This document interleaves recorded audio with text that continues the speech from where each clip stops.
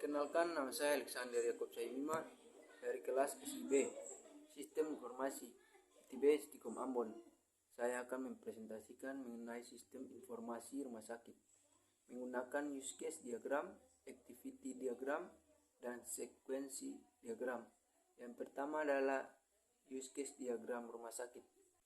Ini adalah diagram use case dari pendaftaran rumah sakit. Dalam diagram use case ini terdapat dua aktor.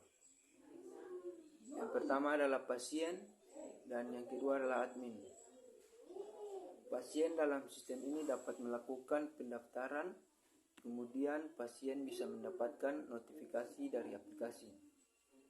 Dari sistem dan pasien juga dapat melihat informasi seputar jadwal dokter, nama-nama dokter, dan dokter ahli apa saja yang ada kemudian.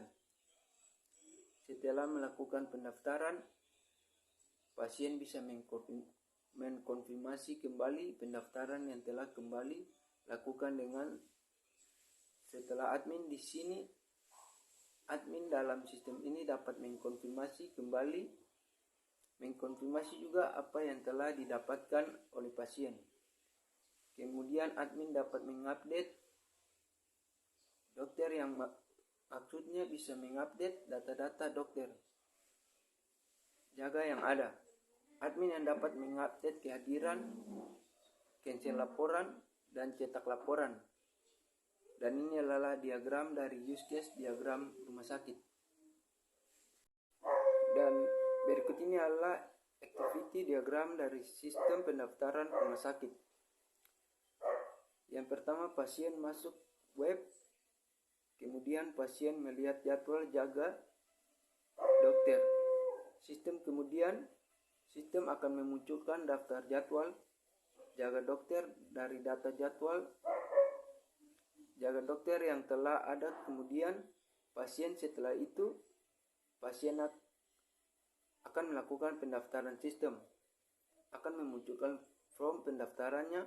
Kemudian pasien akan mengisi form pendaftaran tersebut dan memilih jenis layanan apa yang akan dilakukan.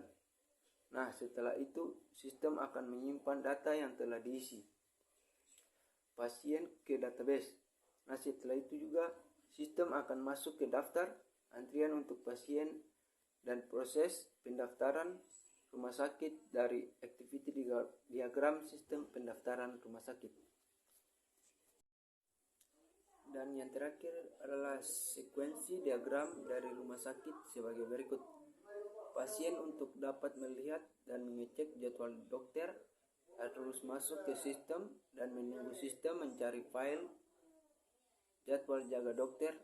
Selanjutnya, database akan merespon dan menotifikasi dengan mengirim jadwal data jaga. Setelah itu, data jaga akan muncul di dalam sistem.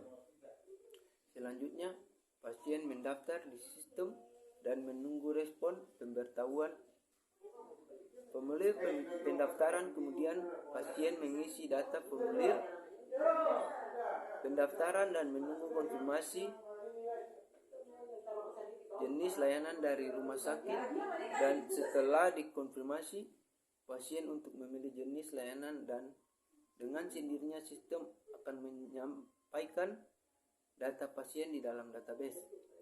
Setelah tersimpan, sistem akan merespon kembali dengan menunjukkan nomor antrian pasien. Ya, itu sekian dari use case,